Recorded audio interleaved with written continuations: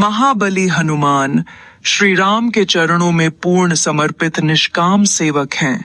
उनका संपूर्ण जीवन और प्रत्येक अंग केवल प्रभु की सेवा का उपकरण मात्र है। हनुमान जी के रद, मुष्टि, नख, दंत, पूंछ, वज्रतुल्य हस्त, गदा, गिरी और पादप सभी दिव्य आयुध हैं जो प्रभु राम जी की सेवा मार्ग में उत्पन्न होने वाले समस्त अमंगलों का नाश करते हैं। वे वज्रांग बली हैं और सभी प्रकार के अस्त्र शस्त्रों से अवध्य हैं। वरुण देवता ने उन्हें अमृतत्व प्रदान किया। यमराज ने अपने दंड से अभय दान दिया। कुबेर ने उन्हें गदा घात से अप्रभावित रहने का वरदान दिया। भगवान शंकर ने शूल और अकाट्य पाशुपत जैसे अस्त्रों से अभय किया। प्रजापति ब्रह्मा ने ब्रह्मास्त्र और ब्रह्मदंड जैसे अमोघ अस्त्रों से भी उन्हें अवध्य ठहराया। अस्त्र शस्त्रों के निर्माता विश्वकर्मा ने भी हनुमान जी को समस्त प्रकार के आयुधों से अप्रभावित होने का वरदान दिया। पंचतत्वों की शक्तियां, सूर्य नारायण का तेज और आत्मज्ञान की ज्योति उनमें विद्यमान है। इसके साथ ही उन्हें प्रभु श्री राम का स्नेह और उनकी छत्र छाया में सदैव रहने और सेवा करने का अद्वितीय सौभाग्य प्राप्त है। इस प्रकार यह निर्विवाद रूप से सिद्ध होता है कि रावण, अहिरावण, सहस्त्र रावण, मेघनाथ, कुंभकर्ण और बाली जैसे महाबली भी हनुमान जी की छोटी सी उंगली के बराबर भी बलशाली नहीं थे। हनुमान जी 11वें रुद्रावतार हैं, अखंड ब्रह्मचारी हैं और त्रिदेवों के वरदान से सर्वशक्तिमान हैं। उनकी दिव्य पूंछ में स्वयं भगवती आदिशक्ति का वास है। वाल्मीकि रामायण में पहला प्रमाण मिलता है। जब रावण अपने 5 सेनापतियों को हनुमान जी के बल और पराक्रम के विषय में बताता है, तब वह कहता है कि मैंने विपुल पराक्रमी बाली, सुग्रीव, महाबली जामवंत, सेनापति नील तथा द्विविद आदि अनेक वानरों को देखा है। वे सब पराक्रमी हैं, परंतु उनके कार्य इतने भयंकर नहीं हैं और न ही उनका तेज तथा पराक्रम हनुमान के समान है। वस्तुतः यह कोई साधारण वानर नहीं, बल्कि वानर रूप में अवतरित कोई दिव्य और अत्यंत शक्तिशाली प्राणी है। रावण जैसा अहंकारी, जो अपने बल के सामने किसी अन्य के बल को मान्यता नहीं देता था, वह भी हनुमान जी के अप्रतिम पराक्रम और दुर्गम कार्यों को स्वीकार करने के लिए विवश हो गया। क्या यह प्रमाण हनुमान जी की अद्वितीय शक्ति और अपार पराक्रम का परिचायक नहीं कहलाएगा?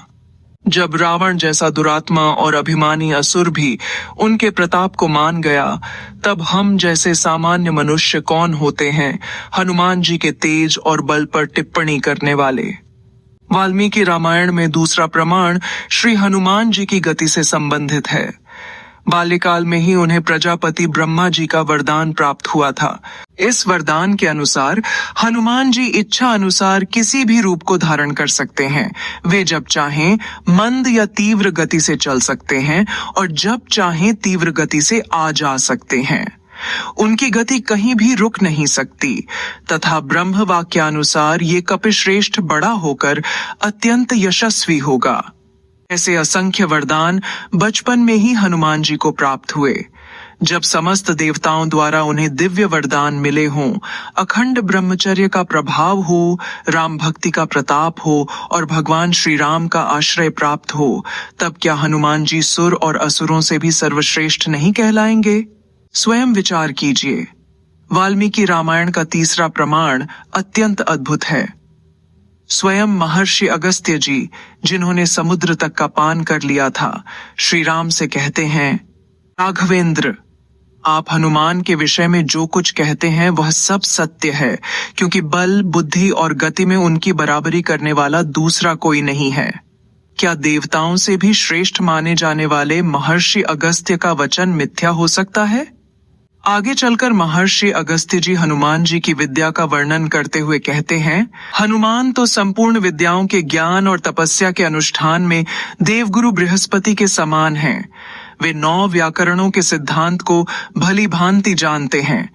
हनुमान हरि कृपा से अगले कल्प में साक्षात ब्रह्म पद को प्राप्त करेंगे। सोचिए, इंद्र पद, देव पद या ऋषि महर्षि का पद पाने के लिए लोग युगों तक तप करते हैं, तब भी सफलता नहीं मिलती है। वहीं दूसरी ओर महर्षि अगस्त्य जी स्वयं प्रभु श्री राम के सामने यह वचन बोल रहे हैं कि हनुमान जी हरि कृपा से अगले कल्प में साक्षात ब्रह्मा बनेंगे। यह हनुमान जी के अप्रतिम वैभव और महिमा का अटल प्रमाण है। अध्यात्म रामायण का चौथा प्रमाण भी अत्यंत महत्वपूर्ण है। इसमें स्वयं भगवती आदिशक्ति जानकी जी हनुमान जी को आशीर्वाद देती हैं और कहती हैं, मारुते, तुम जहां कहीं भी रहोगे वहां मेरी आज्ञा और आशीर्वाद से सभी प्रकार के भोग तुम्हें सहज ही प्राप्त होते रहेंगे। इसके बाद इसी ग्रंथ में एक और प्रमाण मिलता है, जहां स्वयं श्री राम हनुमान जी को वरदान देते हुए कहते हैं, हे हनुमान, तुम चिरंजीवी रहोगे और कल्पांत में तुम्हें सायुज्य मुक्ति प्राप्त होगी। आगे चलकर यह वही तथ्य है जो महर्षि अगस्त्य के वचनों से भी जुड़ता है, जैसा हमने वाल्मीकि रामायण के प्रमाण में देखा था। अगस्त्य ऋषि ने स्वयं कहा था कि हनुमान जी अगले कल्प में ब्रह्म पद को प्राप्त करेंगे। महाभारत वन पर्व का 5वां प्रमाण हनुमान जी की महिमा को और भी प्रकट करता है। इसमें स्वयं हनुमान जी अपने अनुज भीमसेन से कहते हैं, हे भीमसेन, वह राक्षस अधम रावण मेरे बराबर का बलवान नहीं था। यदि उस लोक पीड़क को मैं ही मार डालता तो श्री राम को यश कैसे मिलता। इसी कारण मैंने उसकी उपेक्षा कर दी। इसका अर्थ क्लियर है कि हनुमान जी चाहते तो अकेले ही लंका के समस्त राक्षसों का संहार कर सकते थे, किंतु उन्होंने ऐसा नहीं किया। यदि वे ऐसा कर देते तो श्री राम कथा का वह आधार ग्रंथ रामायण, जिसने कलयुग में भक्तों के मन की शुद्धि और उनके जीवन का पथ प्रदर्शन किया, वह कभी न लिखा जाता। यही कारण है कि हनुमान जी ने रावण का वध नहीं किया और रावण श्री राम के हाथों मारा गया। यह प्रमाण सिद्ध करता है कि हनुमान जी केवल बलशाली ही नहीं बल्कि पूर्णतः भगवान की इच्छा और लीलाओं के अनुकूल आचरण करने वाले निष्काम सेवक भी हैं। छठा प्रमाण अध्यात्म रामायण का है। जब हनुमान जी ने रावण पर आंशिक बल से ही अपने मुक्के का प्रहार किया तो घूंसा लगते ही रावण अपने रथ पर घुटनों के बल गिर पड़ा। इस पर रावण ने स्वीकार किया कि मैं जानता हूं तुम बड़े ही शूरवीर हो। इस प्रकार स्वयं रावण ने भी मान लिया कि हनुमान जी के समान कोई शूरवीर नहीं है। हनुमान जी की अपार शक्तियों का परम आधार प्रभु श्री राम की भक्ति और उनका अखंड ब्रह्मचर्य है। यही कारण है कि उन्हें दिव्य शक्तियां, वरदान, विद्या, बुद्धि, ज्ञान, बल, शौर्य और अतुलनीय पराक्रम प्राप्त हुए। उनके जीवन चरित्र का यह चित्रण भक्तों की शंका का समाधान करता है और स्पष्ट करता है कि वे सुरासुर विजयी, अनन्य भक्त और अप्रतिम पराक्रमी हैं। विधर्मी गणात्रा डाकिनी अनुसार प्रश्न उठता है कि हनुमान जी के पास गदा थी या नहीं। अब हम गदा के प्रसंग पर चलेंगे और प्रमाण सहित ठोस सबूतों के आधार पर अनावरण करेंगे कि हनुमान जी के पास गदा वास्तव में थी। गदा का प्रमाण हमें गिरिधर रामायण के युद्धकांड से क्लियर मिलता है। जब लक्ष्मण जी और रावण के बीच भयंकर युद्ध हो रहा था और लक्ष्मण जी पराजित होने लगे, तब हनुमान जी ने गदा का प्रयोग किया। जब हाथों में गदा लेकर रावण की ओर दौड़े तो उनका रूप ऐसा प्रतीत हो रहा था मानो प्रलय काल में जगत संहार में तत्पर कुपित भगवान रुद्र हों। उन्होंने गदा प्रहार से रावण के रथ को छिन्न भिन्न कर डाला। इसके बाद भी वे नहीं रुके और तरु, गिरी तथा विशालकाय पाषाणों को उखाड़ उखाड़ कर रावण पर वर्षा करने लगे, मानो इंद्र के वज्र प्रहार से मेघ चूर चूर होकर बरस रहे हों। ऐसी पाषाण वृष्टि करने का सामर्थ्य उस समय किसी राक्षस में नहीं था। इसके अतिरिक्त दूसरा प्रमाण अस्कंद पुराण ब्रह्मखंड में मिलता है, जहां हनुमान जी को वज्रायुध धारण करने वाला कहकर नमस्कार किया गया है। इसी प्रकार हनुमान चालीसा में भी गोस्वामी तुलसीदास जी कहते हैं, हाथ वज्र और ध्वजा विराजे। इसका अर्थ है कि हनुमान जी के वाम हस्त में सदा वज्र रूपी गदा और ध्वजा शोभा पाते हैं। अतः यह कहना कि हनुमान जी के पास गदा नहीं थी बल्कि कोई अस्त्र शस्त्र ही नहीं था, केवल विधर्मी प्रोपेगेंडा और टीआरपी का मायावी खेल है। YouTube पर इस प्रकार के अधूरे, विकृत और अप्रामाणिक विचार परोसे जाते हैं ताकि स्वयं को रामायण महाभारत का बड़ा ज्ञाता बताकर प्रसिद्धि पाई जा सके। किंतु प्रमाणों के आधार पर सत्य यही है कि हनुमान जी न केवल गदा बल्कि अन्य दिव्य शस्त्रों के भी धारक थे। अब हम आगे बढ़ते हैं तीसरे प्रमाण की तरफ, जो अत्यंत महत्वपूर्ण और प्राचीन है, जिसे वीर विशंतिकाख्यम श्री हनुमत स्तोत्रम कहा जाता है। यह स्तोत्र शास्त्र तुल्य सामर्थ्य रखने वाला है क्योंकि इसका उद्गम अत्यंत प्राचीन है। यहाँ यह समझना आवश्यक है कि स्तोत्र स्वयं देवता की ऊर्जा का संग्रहित सूत्र होता है। जैसे रसायन शास्त्र का वास्तविक ज्ञान केवल रसायन शास्त्री से प्राप्त किया जा सकता है, वैसे ही देवता के स्तोत्र का वास्तविक अर्थानुवाद उस देवता के उपासक, साधक या आचार्य से ही जाना जा सकता है। इस दृष्टि से यह स्तोत्र प्रामाणिक और धर्म सम्मत है।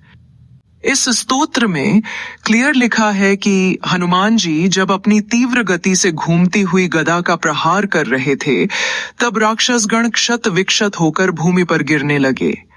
उस समय महावीर हनुमान अपने आनंद समुद्र को अपार होते हुए देख रहे थे। यहाँ यह वर्णन साफ साफ बताता है कि हनुमान जी के पास गदा थी और वे उसका प्रयोग करते भी थे।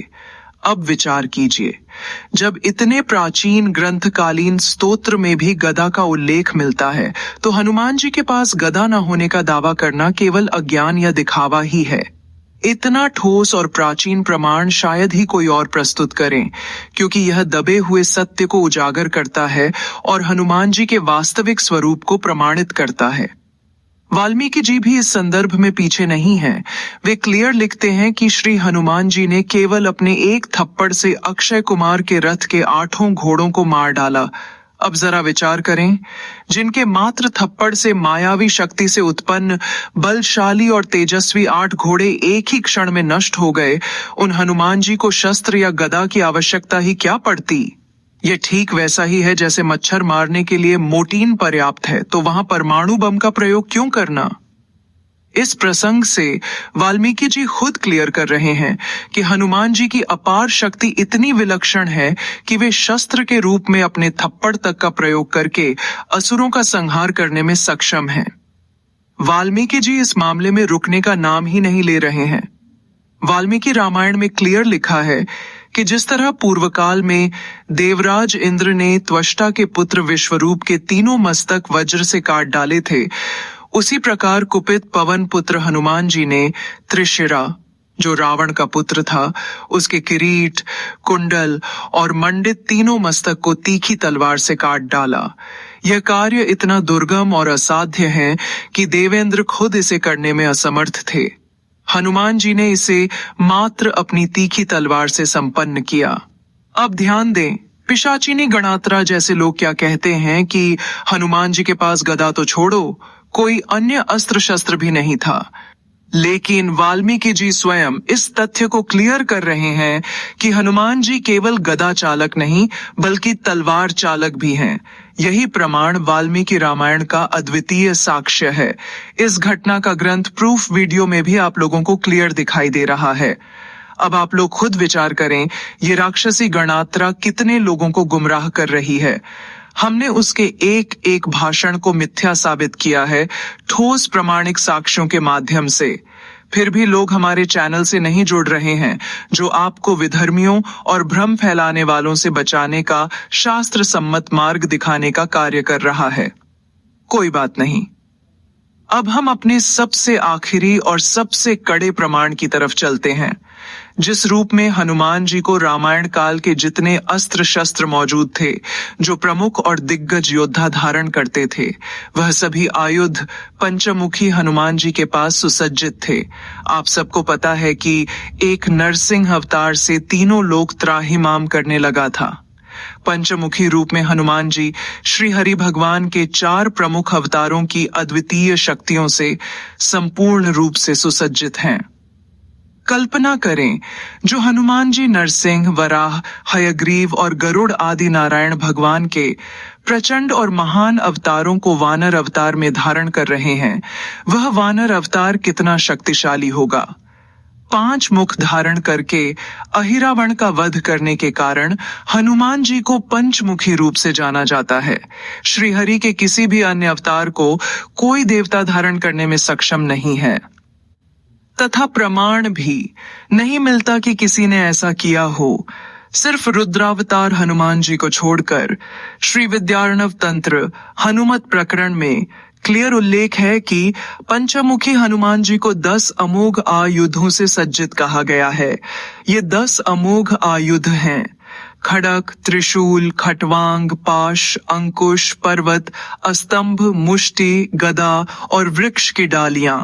यही वह 10 आयुध हैं जिनका संधान हनुमान जी करते हैं।